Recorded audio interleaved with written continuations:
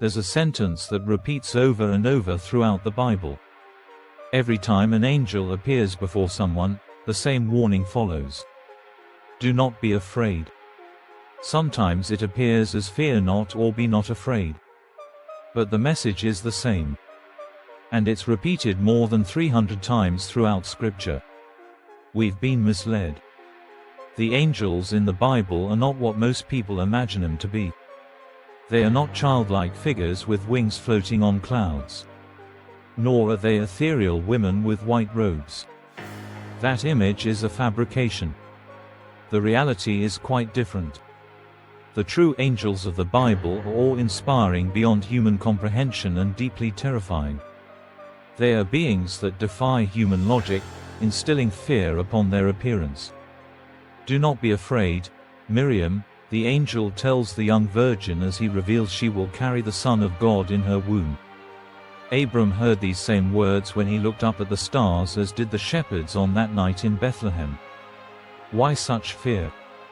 What did these beings look like that terrified people so much?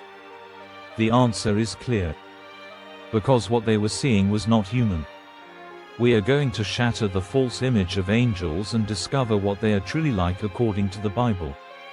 We'll delve into the levels of heaven and the invisible hierarchies. You will learn about something very few dare to reveal. The most mysterious angels in the entire Bible, the most baffling beings ever described.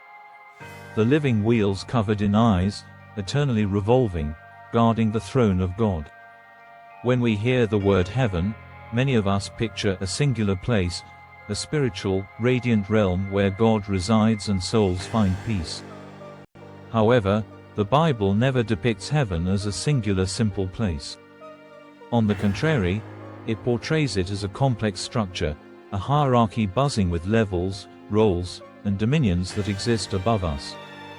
The Apostle Paul states it clearly.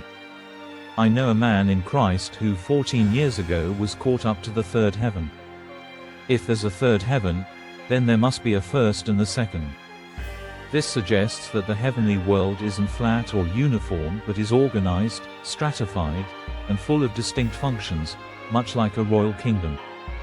We are surrounded by an invisible world that interacts with ours even though we can't perceive it. The first heaven is the visible sky. The firmament, the atmosphere, the space surrounding the earth.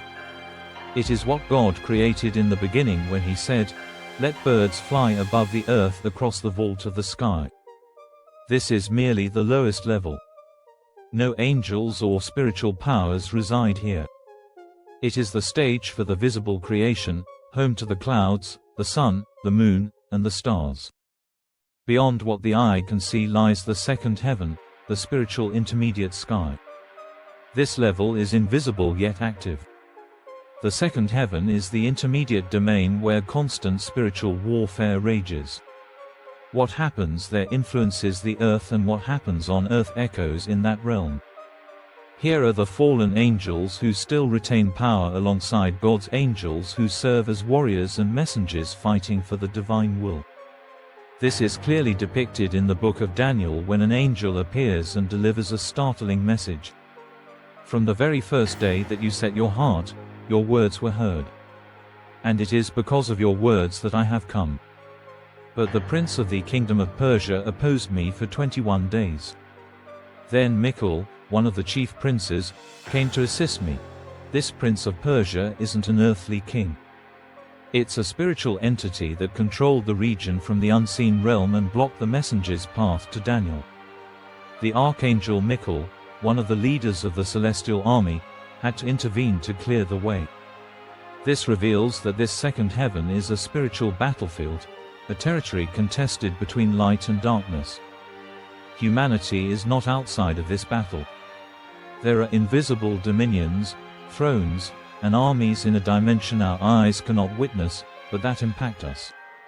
Above all, there is the third heaven, God's throne.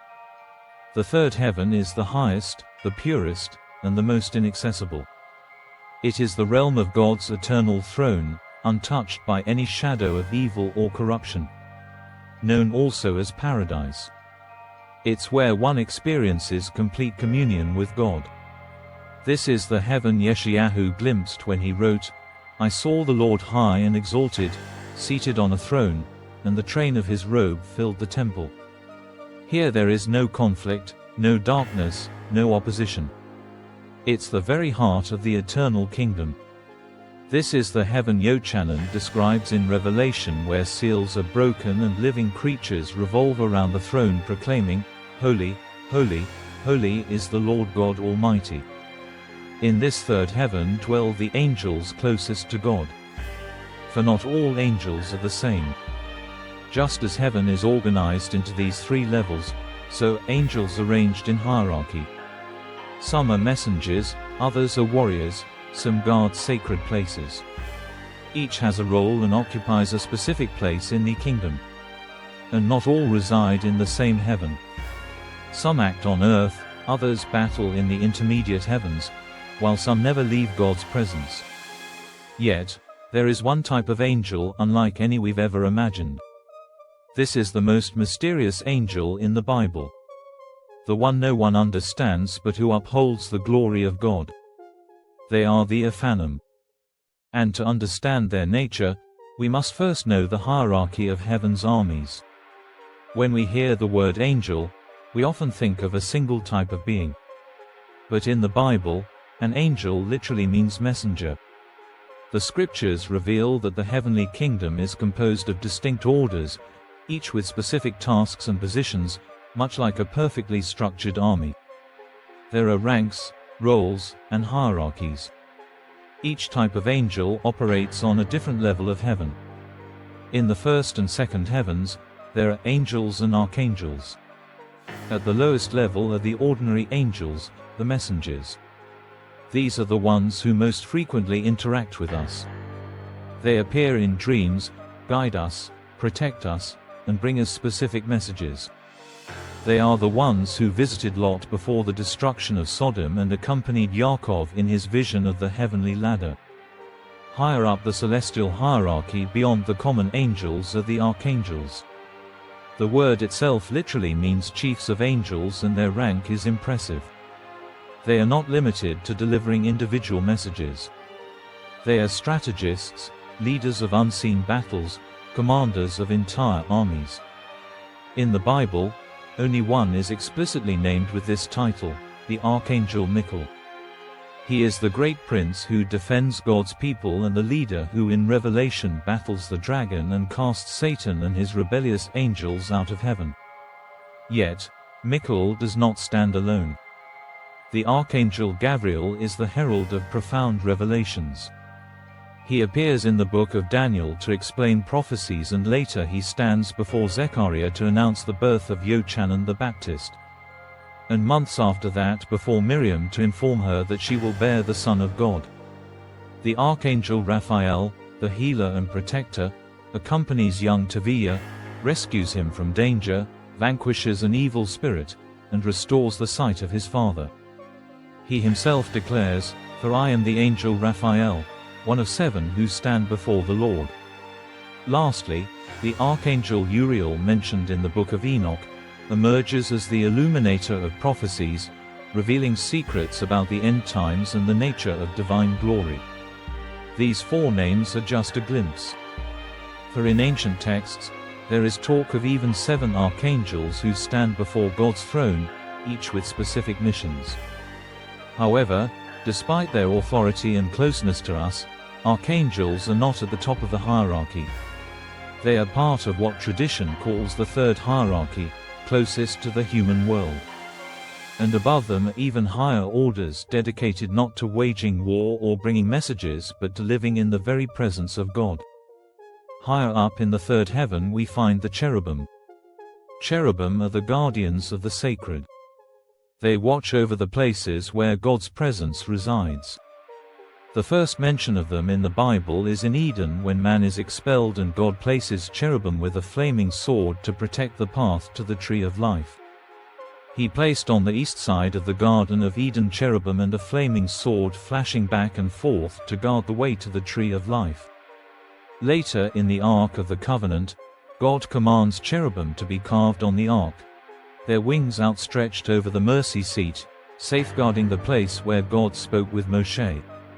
Their appearance is revealed in more detail in the visions of Yeshezkel. 4 faces of a man, lion, ox, and eagle with 4 wings, straight legs like those of a calf, and a gleam of bronze. Even higher are the seraphim, closest to the throne. Their name means burning ones or fiery ones. These are beings of fire, of pure light, so near to God's presence that they appear ablaze like living embers. Yeshayahu saw them around the throne of God and reveals to us their appearance. I saw the Lord high and exalted, seated on a throne. Above him was seraphim, each with 6 wings. With 2 wings they covered their faces, with 2 they covered their feet, and with 2 they were flying. Their voices were not gentle. Yeshayahu says they called out to each other, and their words echoed through the temple, Holy, holy, holy is the Lord Almighty. The whole earth is full of His glory. At that moment, Yeshayahu realized something. He was witnessing perfect holiness and he was not worthy to be there. He thought about how his lips had spoken wrong things and how he lived among people who did the same. This truth brought him to his knees as he cried out in fear, I am ruined. I have unclean lips and I have seen the King. But then the unimaginable happened. One of the fiery seraphim broke away from its flight around the throne, took a burning glowing coal, and came toward Yeshayahu. It placed the red-hot coal on his lips and said, See, this has touched your lips. Your guilt is taken away and your sin atoned for. In that instant, Yeshayahu felt something change within him. The fire had purified him. And from that moment on, his lips were no longer his own. They became instruments of God's voice. This is what seraphim are like. Fiery beings covered with wings, always in motion, constantly proclaiming the glory of the Most High. They are not warriors or messengers. They are perpetual worshippers. Their sole purpose is pure adoration, the continuous proclamation of God's holiness. For this reason, they are beings consumed by divine glory reflecting purity and fire. And finally, beside the seraphim are those who are rarely mentioned, the Ophanim. Although their name sounds symbolic, they are real creatures featuring in one of the most puzzling stories in the entire Bible, the vision of the prophet Yeshezkel. Yeshezkel was far from home, exiled in Babylon.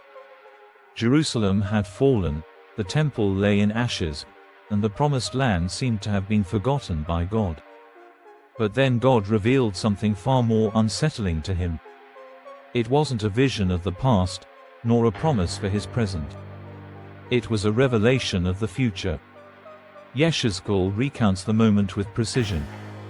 In my 30th year, in the 4th month, on the 5th day, while I was among the exiles by the Kibar River, the heavens were opened, and I saw visions of God.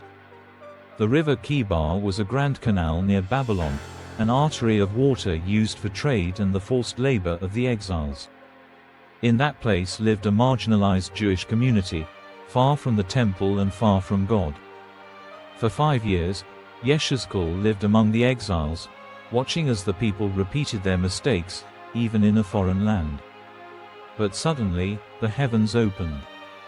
Yeshezkel looked up, and from the north came a whirlwind, and within that storm was a massive cloud wrapped in fire with lightning flashing from one side to the other.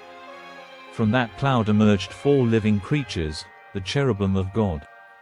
Each had 4 faces, a human, a lion, an ox, and an eagle. Their wings spread out, 2 reaching upward, covering their bodies, and 2 touching the wings of the creature beside them. Their legs were straight, their feet like those of a calf, gleaming like polished bronze. They did not walk as we do. They moved in a straight line, never swerving, for they went precisely where the Spirit guided them. The sound of their wings was deafening. Yeshezkel described it as the roar of many waters, like the voice of the Almighty, like the rumble of an army on the march. Everything around trembled with that sound, as if the air was alive and the earth quaked beneath their feet. And then Yeshezkel saw something no prophet had described before. I saw a wheel on the earth beside the living creatures. And the appearance of the wheels and their workmanship was like the color of beryl. And their appearance and work were as a wheel within a wheel.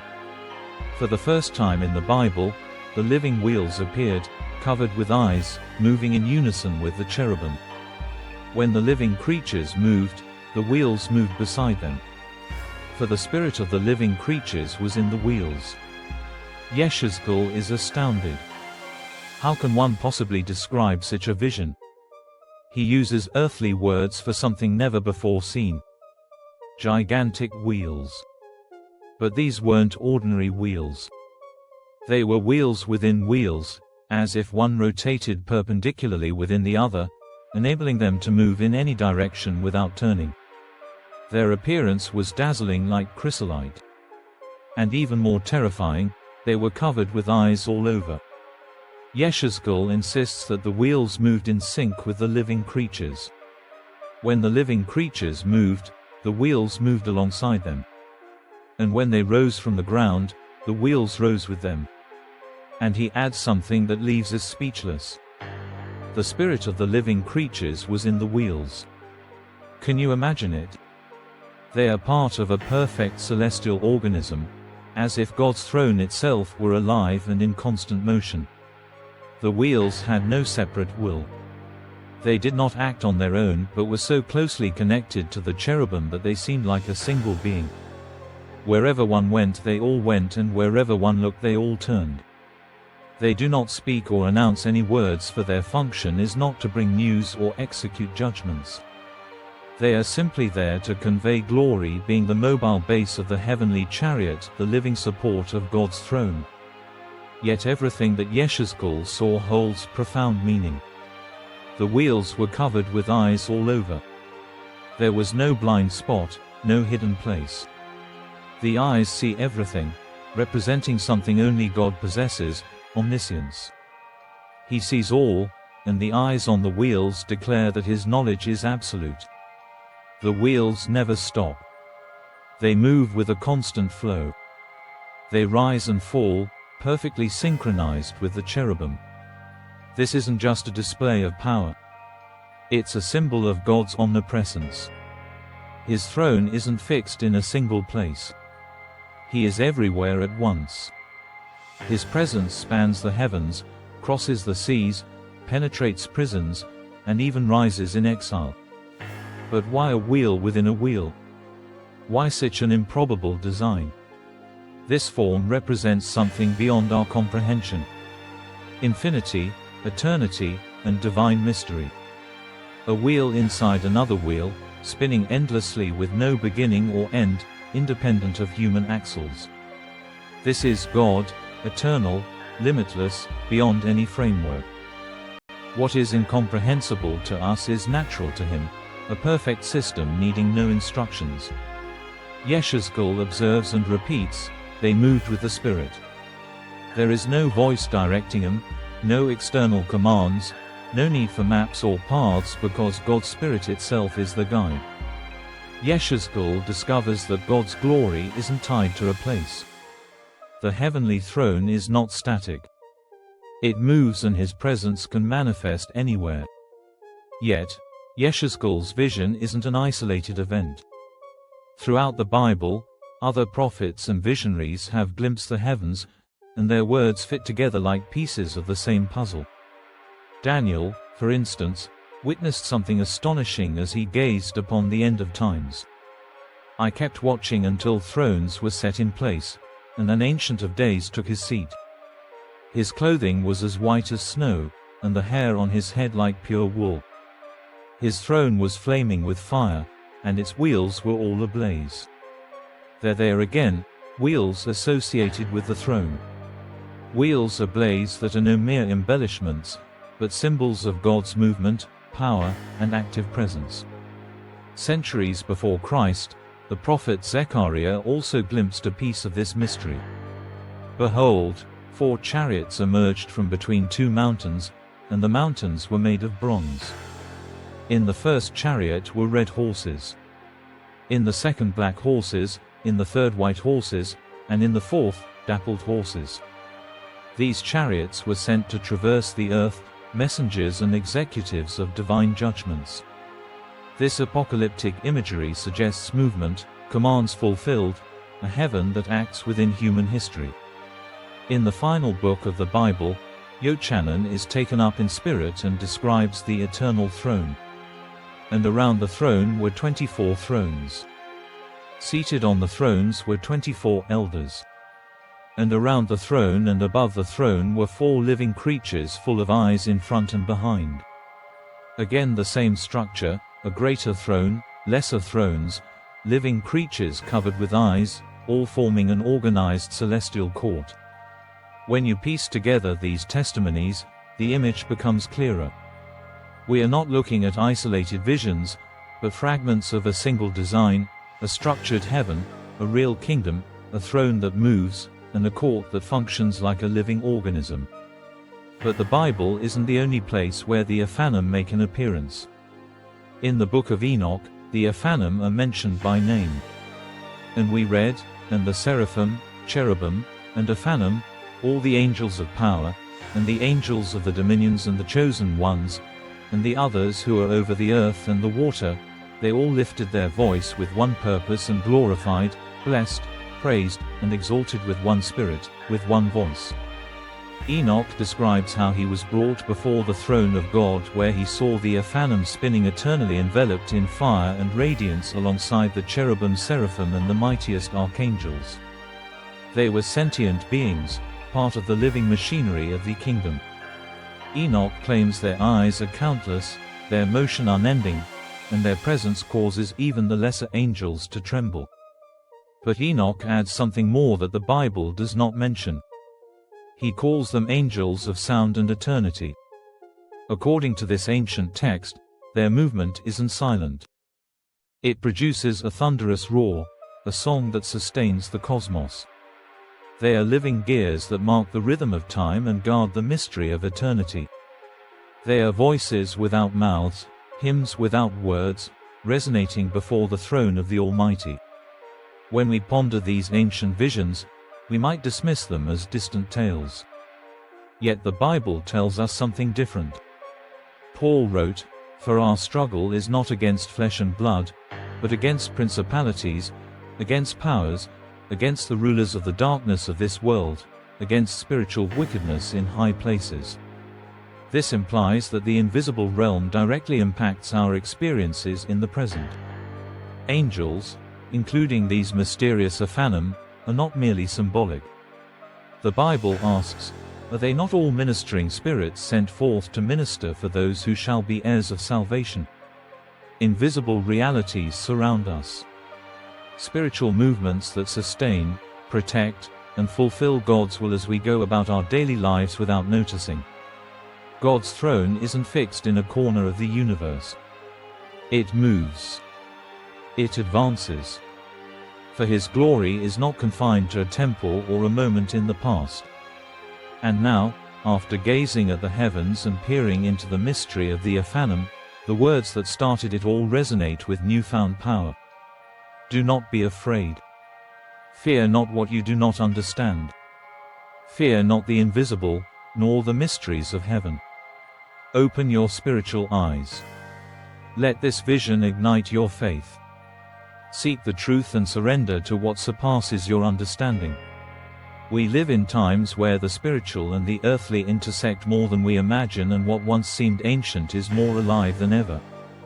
The true angels of the Bible are not gentle guardians with harps, but mighty beings of fire, wheels of eyes, and creatures that make the earth tremble with their presence.